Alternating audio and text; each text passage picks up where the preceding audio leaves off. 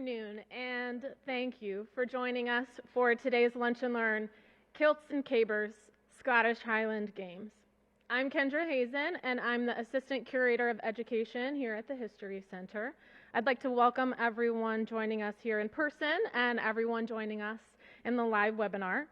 I will be sure to leave some time at the end for questions, and for those joining online, feel free to leave any questions or comments in the chat, and Cheyenne can relay those to me later. So this weekend, as in tomorrow, the 13th, and Sunday the 14th, the Scottish American Society of Central Florida is hosting the 46th Central Florida Scottish Highland Games at Central Winds Park in Winter Springs. The Central Florida Scottish Highland Games has become Seminole County's largest annual event, bringing in thousands, including competitors, judges, vendors, and visitors from near and far to celebrate Scottish culture, music, and traditions in their two-day festival. For today's talk, I'll be sharing a brief historical overview of the Scottish Highland Games just in general. I'll share a little bit about the Scottish diaspora and Highland Games in the United States and in Florida. I'll share about the origins of our Central Florida Scottish Highland Games, explain the various athletic, piping, and dancing competitions, talk about some of the events and activities that take place at our games, and I'll wrap up my historical review with reflections on how our games have impacted Central Florida. Lastly, I'll be sharing how you can get your own tickets to explore and enjoy and support this year's Highland Games.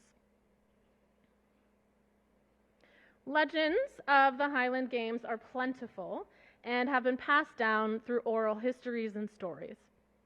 A commonly agreed upon story is that they grew out of a competition held by King Malcolm III during his reign as King of Scotland from 1058 to 1059. He held sporting competitions as a royal contest of strength and swordsmanship to find the swiftest and strongest men in the kingdom.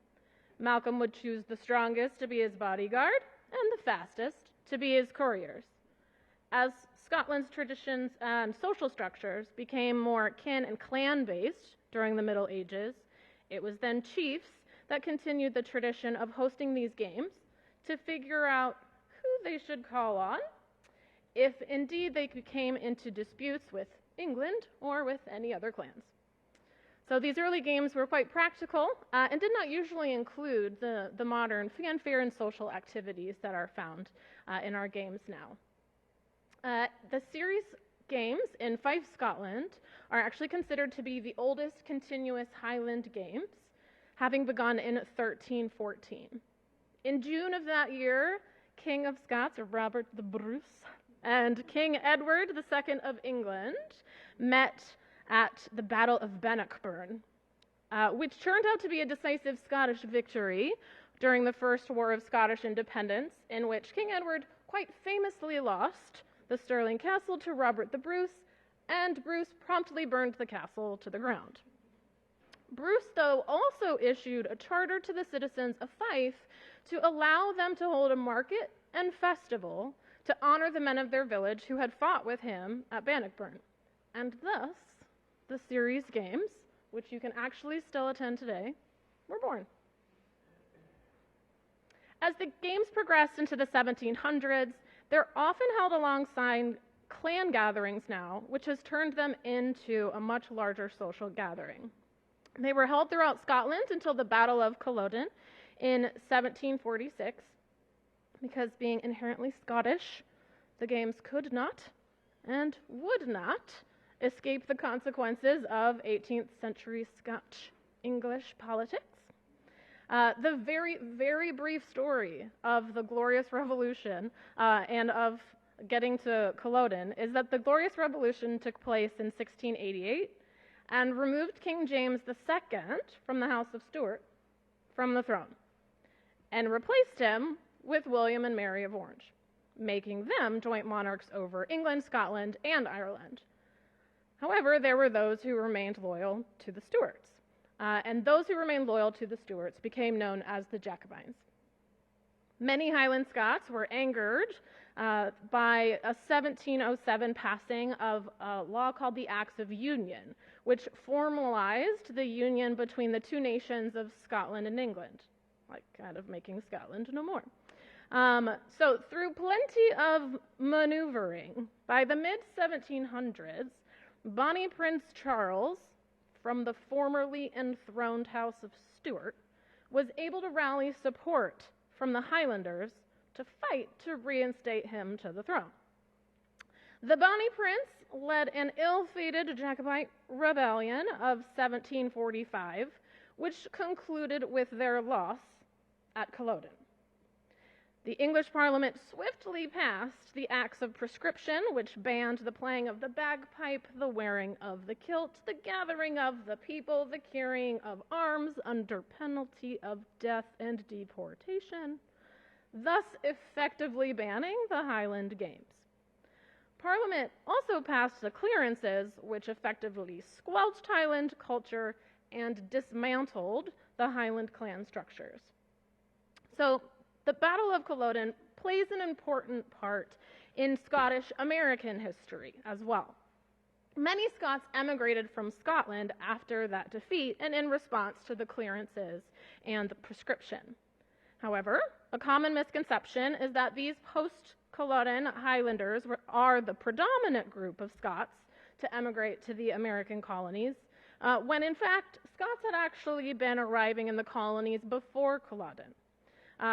When Oliver Cromwell defeated the Scottish troops 100 years earlier in 1650, is when we have our first noted Scots arriving to the colonies in Maine, Massachusetts, and New Hampshire. Also, Scotland's politics and culture is naturally divided by geography into the Highlanders and Lowlanders. There's also a third cultural group, the Scotch-Irish, who are known as the Ulster Scots. And these were a group of Highlanders who moved to Northern Ireland for a few generations prior to migrating to the American colonies. So in the United States, there are specific patterns that these groups took as they moved into the colonies and states. There are specific patterns to their transatlantic migration. The Highland Scots typically ended up in the frontier regions of North Carolina and Georgia, as you can see circled on the map. However, the Lowland Scots settled in New York City and Philadelphia. The waves of these migrations also happened at different periods of time. But I wanted to be sure to share that bit of the Scottish diaspora with you, because the Scottish diaspora certainly has multiple moving pieces and is bigger than just the Highland part of the story. However, there is a direct tie from the Highlanders who left during the clearances and made their way to Georgia and the Carolinas, and the Scottish populations who initiated Highland Games in the United States. We'll come back to that in a minute. So the Acts of Prescription were in effect for 36 years and were repealed in 1782. Within 2 years of their repeal, Highland societies began to reform and reestablish their culture and resume their games. This is King George IV, visited Scotland in 1822 and introduced his daughter, the future Queen Victoria, to Scottish culture and the games. She was notably a huge Scottish fan, and Scottish culture and Scottish Highlands Games fan. And the most notable of Scotland's current and modern games is the Braemar Games, which were established in their present form in 1832. In 1848, as Queen, Victoria attended the Braemar Games, and all of the reigning monarchs, hence including the current King Charles III, have been regular attendees. So with the support of the modern crown, interest in Highland culture spread, and this beautiful thing called history and collective memory happened. Because although he lost in the late 1800s, this romantic and sympathetic legacy of the Bonnie Prince Charles and his Jacobins spread and coincided with enthusiasm for the reinstated games. and thus a resurgence of Scottish pride, and the modern version of our Highland Games was born. Now, the Highland Games have become popular both in Scotland and around the world. They are a popular manner of celebrating Scottish heritage, and in addition to the games that are held each year in Scotland herself, there are more than 200 annual games across the United States, Canada, New Zealand, and Australia. In the United States, the first ever Highland Games that took place were in New York in 1836. However, they are not continuous. It is the Caledonia Club of San Francisco that boasts the oldest continuously running games in the U.S. They hosted their inaugural games 158 years ago in 1866. There is a wee bit of a dispute, however, about who runs the oldest American games. The St. Andrew's Society of Detroit says that they will be celebrating their 175th games this year. And yes, I promise I can do math. I know that 175 would be older than 158, but I assure you I have been told that the dispute between these two is both real and friendly. So yay for that. The largest games in the United States is the Grandfather Mountain Highland Games in Savannah, Georgia. The Grandfather Games were established in 1956, and shortly after their inception, Highland Games proliferated across the southeastern part of the United States, following those migration patterns of Scots. During the 70s and 80s, games began in Dunedin, Florida, Charleston, South Carolina, Atlanta, Georgia at Stone Mountain, Jacksonville, and eventually our own Orlando, as well as many other locations across Florida. In 1981, the Association of Scottish Games and Festivals was established nationally to encourage, support, and assist all of these different societies as they organized and executed their own games and festivals. There are many Scottish influences in Orlando that predate and led to our games. In 1967, the Orlando chapter of Cosmopolitan Club was established to provide friendship and social exchange for women new to Orlando and the country. Their goal was to form an organization in which immigrant women could share and promote their traditions. They met regularly and held monthly programs during which they would rotate who would run the meeting or who would host. The club grew in size and action, and within 10 years, they actually split into 2 Orlando clubs and initiated an annual fashion show that donated to local charities. Valerie Austin, who was from Edinburgh, Scotland, was a part of the Cosmopolitan Club and eventually began hosting a Burns night to celebrate the Scottish poet Robert Burns when it was her turn to host. Members from the community could attend these events, as Andrew McCullum, who was one of the initiating members of our games, his wife and son John, would eventually attend these Burn nights. In the early 70s, Byron and Frances Baird from Maitland were exploring their interest in Scottish culture. Byron was a principal in the area, and they became acquainted with Andrew McCullum and his wife. Mr. McCullum was also very keen on studying and sharing Scottish culture. He had actually initiated the Clan McCullum, which is now a worldwide society. And couple by couple, and group by group, as they became acquainted with one another, they created the Scottish American Society of Central America. Some of their original members include Sharon and Jerry Bottomley, Andrea and E.K. White, Richard McLaughlin, C.P. and Marion McCall, Carolyn and Peter Hoyt, Stuart and Jackie Cummings, Sandy McPhee, and many, many others. In 1976, our northern neighbors, the Northeast Florida Scottish Games, hosted their inaugural games in Jacksonville. So that same year, the Central Florida Society got together for a picnic in East Orlando. And at that picnic, they decided it was time to organize and host their own games. Now, Scottish societies across the Southeast purposefully planned to host their events in different months so that each of their games would not conflict with the other.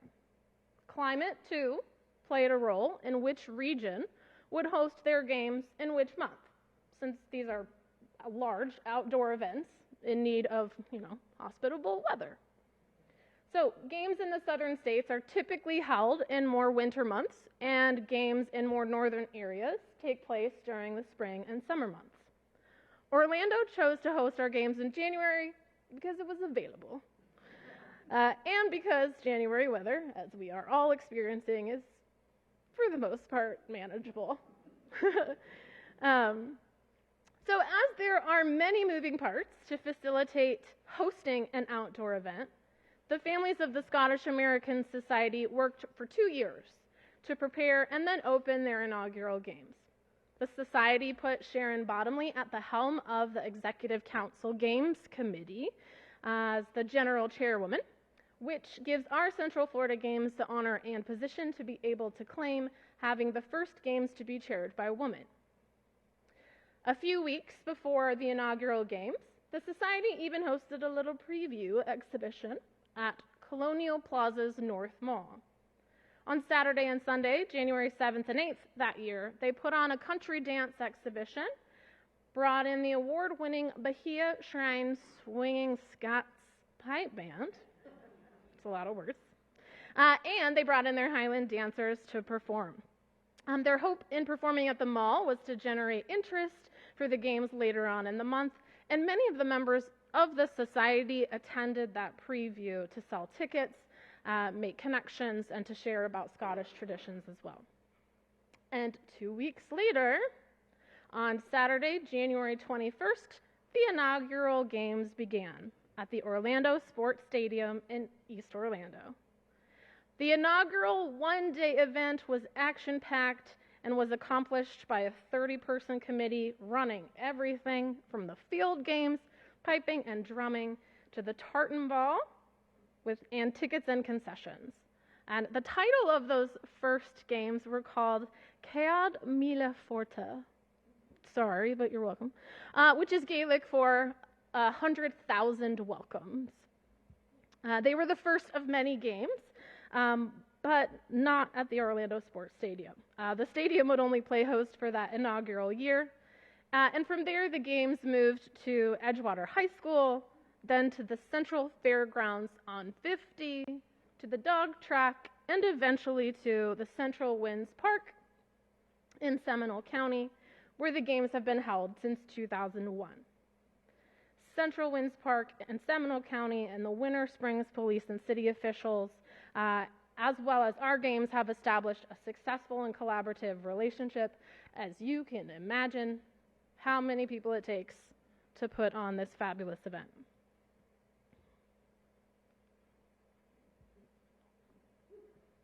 So, the heart of the games are the heavy athletic events. And they are absolutely a sight to behold. The main athletic events include the caber toss, sheaf toss, hammer throw, throwing of the weight toss, and the stone put.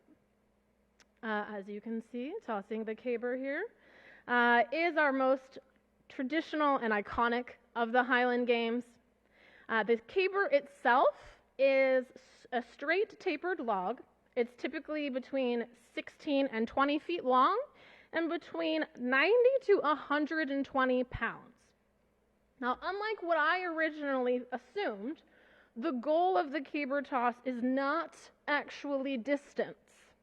The goal is actually accuracy. The athlete is trying to toss the caber so that it turns and falls forward, and the caber that lands closest to straight forward, or like closest to 12 o'clock, is the winner.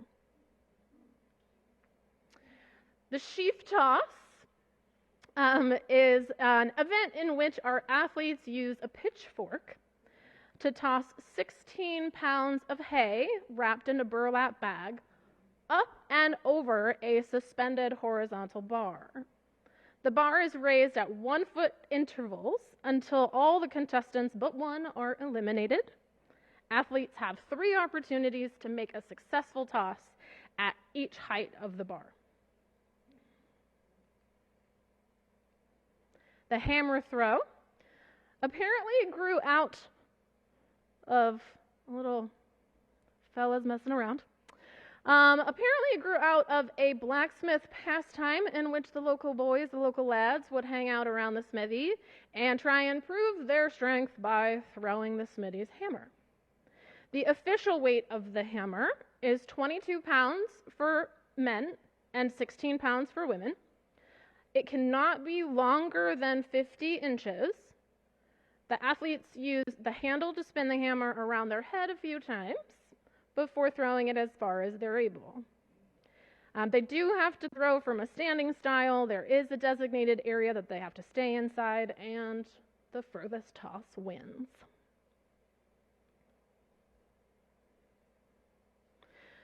The 28-pound and 56-pound weights were actually standard measurements in 19th century Scotland.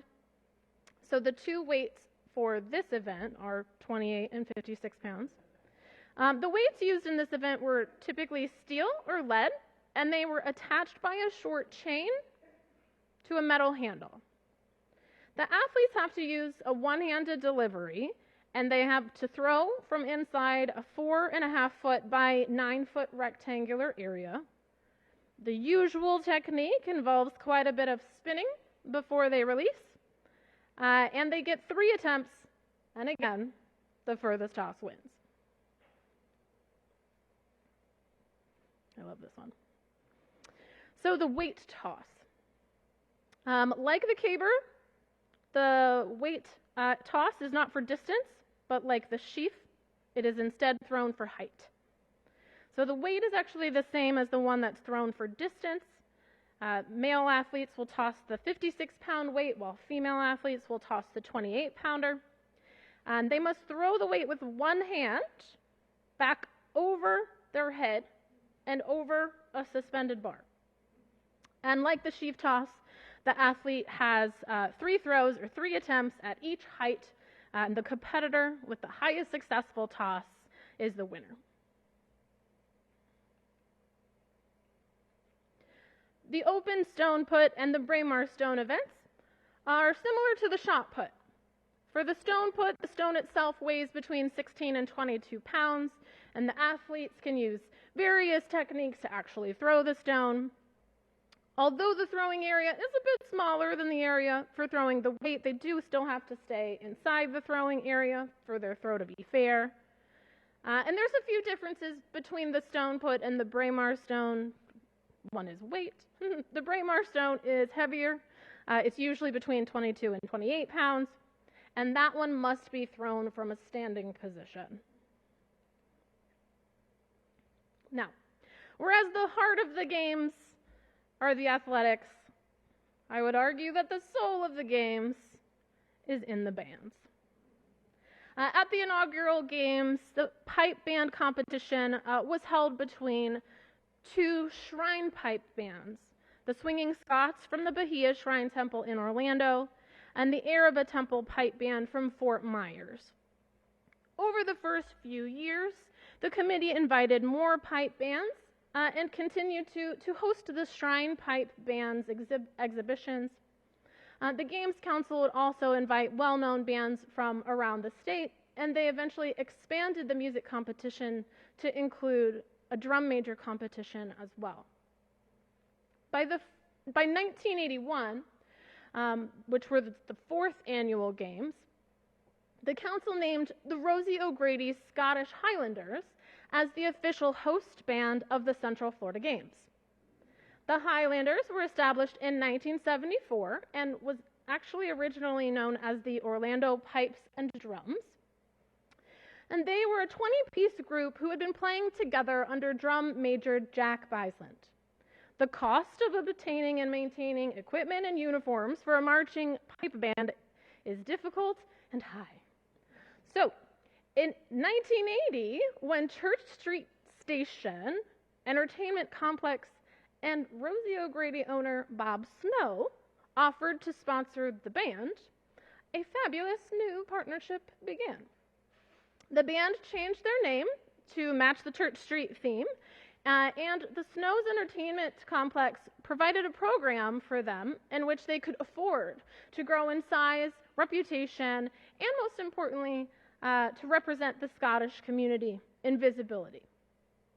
A year after their partnership began with the Snow and the band partnership, the Highlanders became the host band of our annual Highland Games. The Rosie O'Grady Scottish Highlanders included members from 12 years to 60 years of age, and they would march in parades and perform at events throughout Central Florida, as well as Scottish competitions throughout the entire state and neighboring states.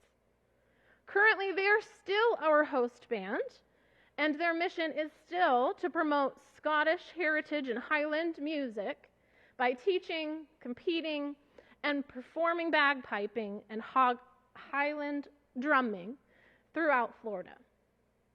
Over their tenure, they've even produced a few members who have become recording artists. The Rosie Highlanders have won quite a few awards and claim to be Central Florida's longest existing premier show and competition band. They actually still practice regularly in Apopka and still perform at events and local parades. So the pipes have been used to call Scots together for centuries, to celebrate, to mourn, and to gather for war. And to learn to play these things is quite a hardy commitment. Rule of thumb is that it takes about 2 years of regular practice to become proficient enough just to compete. Once the piper, the first phase is actually you have to play a practice chanter, a practice pipe, before you're allowed to touch the real things. And once you can play your scales and easy tunes, then you can start practicing with a full set of pipes. And there are multiple ways to compete with the pipes and drums, as we'll see in a minute. At our games, you can compete as an individual, in a mini band, or in a full band. The individual performers and bands are grouped into what are called grades, or basically skill groups. And the lower the number, that means the more practiced and more skilled you are. So each band starts off in grade 5, and as they win more and more competitions, they move to a lower number. Bands are judged on many aspects of their performance, but the overall goal when marching as a whole band is to sound as if only a single set of pipes were being played. Individuals start in grade 5 and on the practice chanter, and then they move through grades 5 to 1 on the full pipes, and finally they move into what are known as the open competition, where amateur and professional pipers play and compete against one another. The drumming competitions are structured in a similar way. Drummers are put into grades or skill levels. Grade 4 is the beginning level for the drummers, and they perform grade 4 on practice pads in place of drums. And then they progress into using the drums in competition and progress through the levels and eventually into open competition. They are judged on their rolls, tone, tempo, rhythm, expression, quality, and variety. And if performing, they're judged on how well they blend with the pipes. When the full bands with pipes and drums compete, there are actually 4 judges that circle around the performance, 2 who are focusing on the pipes, 1 who is focusing on the drums, and the 4th who judges the ensemble as a whole. And they listen for various aspects of the performance, from tone, pitch, tempos, and unity, to the steadiness of tempos and being able to hear the difference in the drums, and the overall presentation of how the band sounds. So it is certainly a feat to celebrate when a band wins at the games. And now on to the movement piece. On to the dancing. Competitive Highland dancing dates from the late 18th century with just male competitors. Women did not actually begin competing in the Highland Games until the early 1900s. In 1950, the Scottish Official Board of Highland Dance was organized to set standards for performances and for judge scoring. And our inaugural games, our early games, our dancers were supported through scholarships and sponsorships by Winn-Dixie. And after that, were supported by a variety of dance troupes and instructors. Like the musicians, the dancers advance through levels from beginner to novice, and they also compete in age brackets through each of their levels. For a dancer to advance from one level to the next, they have to win at 3 separate competitions at the lower level. And now these Highland dances are complicated. They are not improvised, and the dancers must perform these specific steps to bagpipe music, and there are various Highland dances performed in competition. The Highland Fling, the Sword Dance, the Chanteuse. There's also national dances that are performed in competition. The Scottish Lilt, the Flora MacDonald's Fancy, the Irish Jig, and the Hornpipe. As you can see on the screen here, these are images of the Highland Fling. This dance is an old traditional dance thought to be a victory dance for the end of a battle. The dancer would perform on their targe, the Scottish shield that you see here with the sharp spike coming out of the center. The modern fling is danced without the shield, and instead dancers now perform basically in one spot without moving much, as if they were dancing on top of their shield. The sword dance is supposedly the oldest of the dances, and this is when the sword and its scabbard are placed on the ground in the form of a cross, and the dancer performs over them. An ancient belief about this dance was that a performer's performance could indicate the outcome of a battle. A good performance would be an indicator of a win, and a bad performance might be an indicator of a loss. The name of the third dance, the Chanteuse, literally translates to old trews or to old tartan pants. And it was intended to express frustration with the acts of prescription and the clearances. Some of the dance moves were intended to imitate a Scotsman trying to kick off British trousers. The Scottish lilt is significantly different than the others. It's graceful, it's a flowing dance, and some deem that it was intended to be a courtship dance done by the ladies. A unique aspect to this dance, however, is the dress. Because the Abonye, sorry about that, but that's my closest guess, Games, did not and still do not allow women to wear the kilt, competitors have to wear the Abonye dress instead. So the dress that you see here is only worn for this specific dance. Flora MacDonald's Fancy is a folk dance that celebrates, I hope you guessed it, Flora MacDonald. She is actually the reason why our dear Bonnie Prince Charlie survived his failed rebellion. The story goes that she disguised him as her maid and smuggled him from the Highlands of Scotland to the Isle of Skye in her open boat. And the dance itself is actually supposed to imitate her valiantly and enthusiastically dancing for her king, the Bonnie Prince. This one is super fun to watch, as it is not actually an Irish jig, but instead a cheeky parody. So this dance is not actually from Ireland, although it is called the Irish jig. It is instead a parody of an Irish washerwoman who stomps and gestures in anger because she is upset at her husband. Apparently, Irish immigrants moved into Scotland, and many of the washerwomen would dance when they were frustrated with their spouses or with their employers, and thus the Irish jig was born. When you watch it, you can actually see that some of their gestures are violent a little bit. There's quite a bit of fist shaking. And you can also see that even their costuming is unique for the dance, and there is a purposeful lack of tartan in their attire.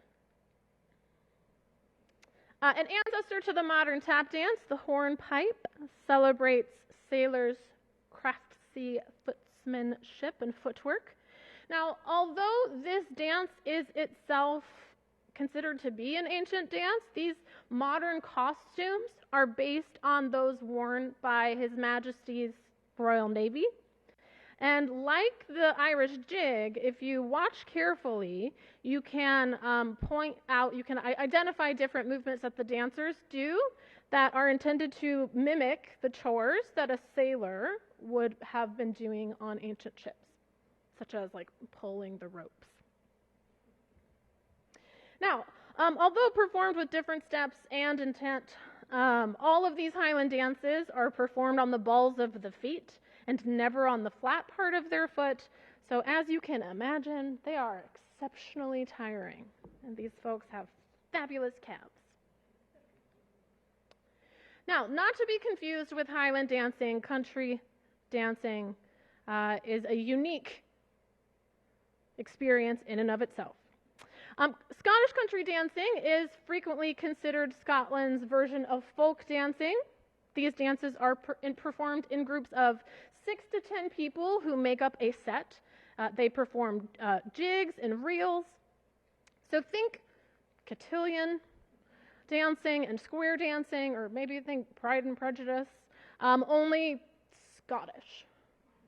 So performers basically learn the basic movements and figures of each dance, and then are able to perform them in a wide variety of combinations, as there are thousands of Scottish country dances.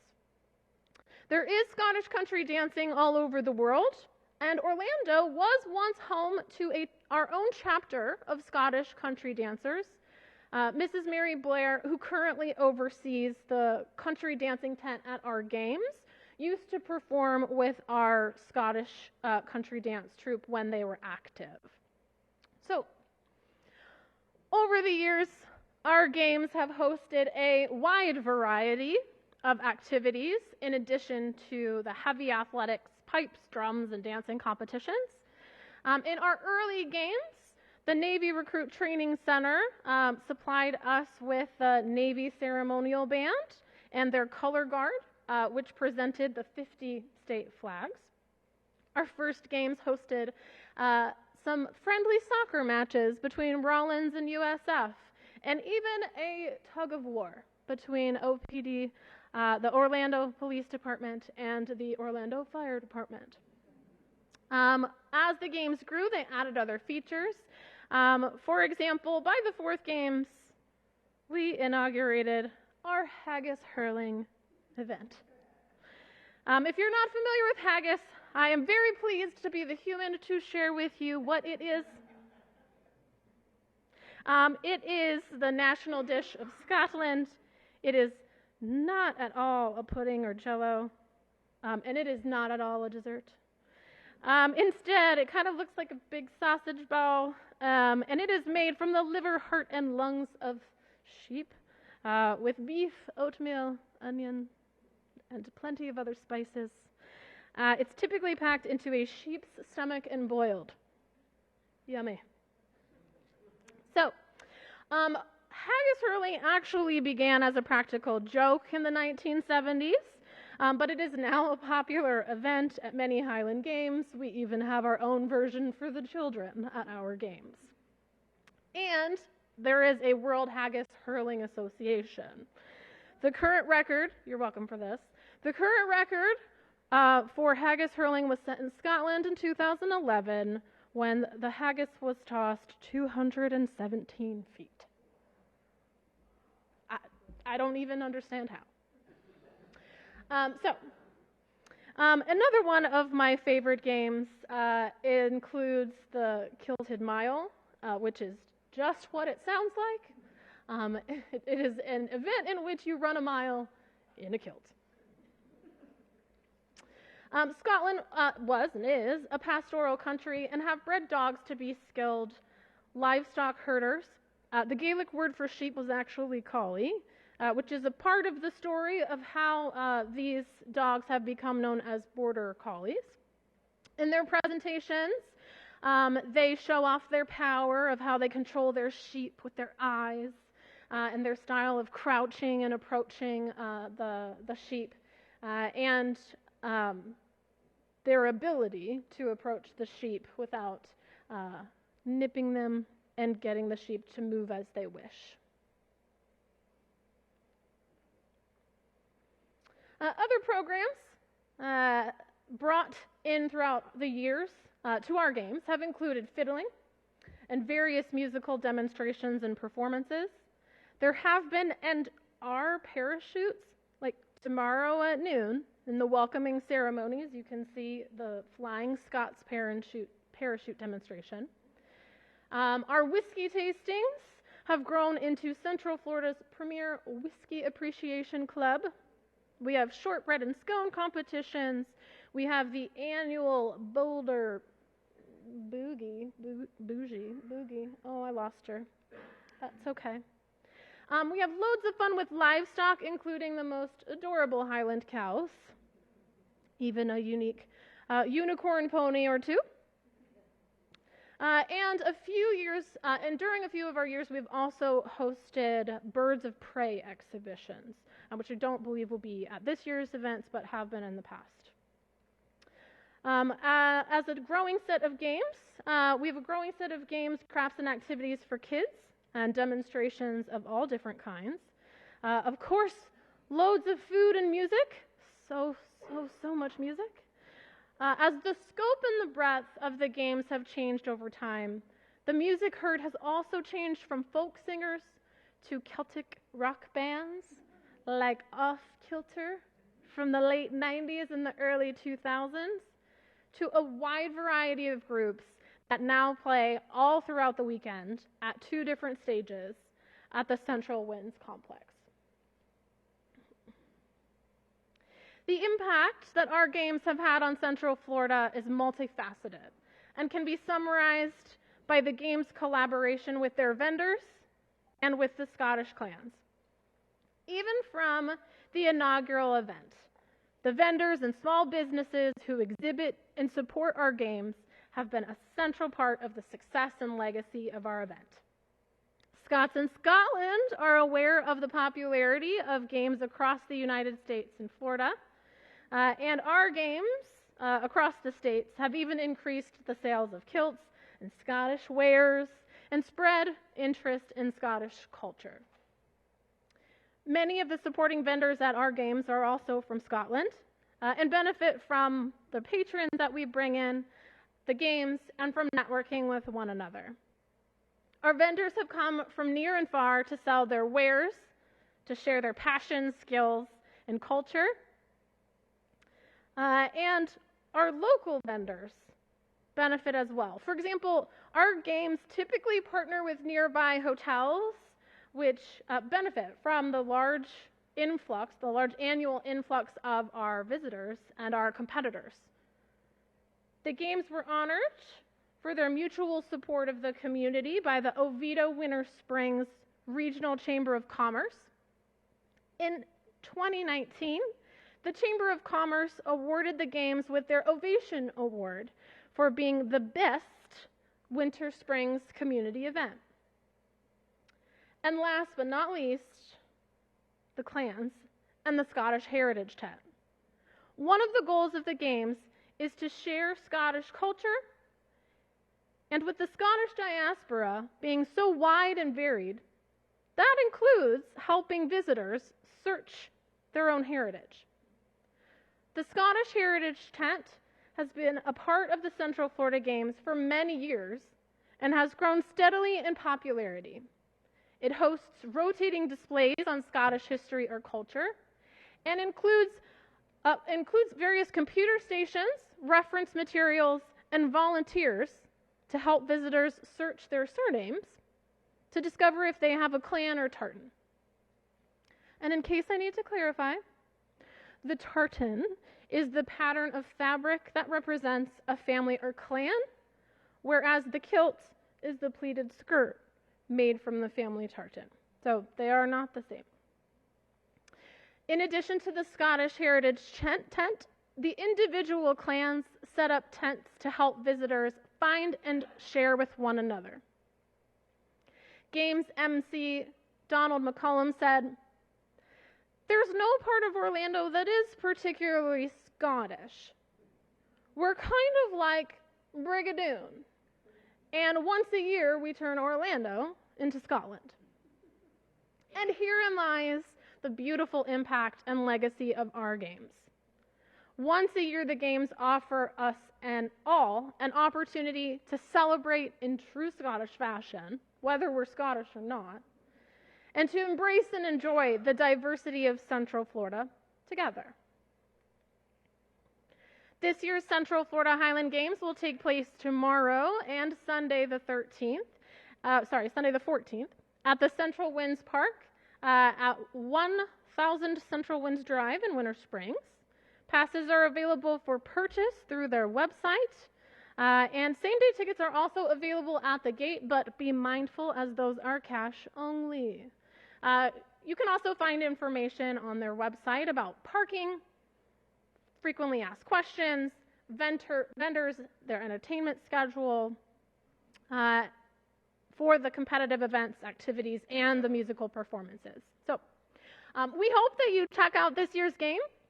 And from us here at the History Center to our new friends at the Highland Games, may the wind be at your back and may the sun shine warm upon your games this weekend. We will pause for a minute here.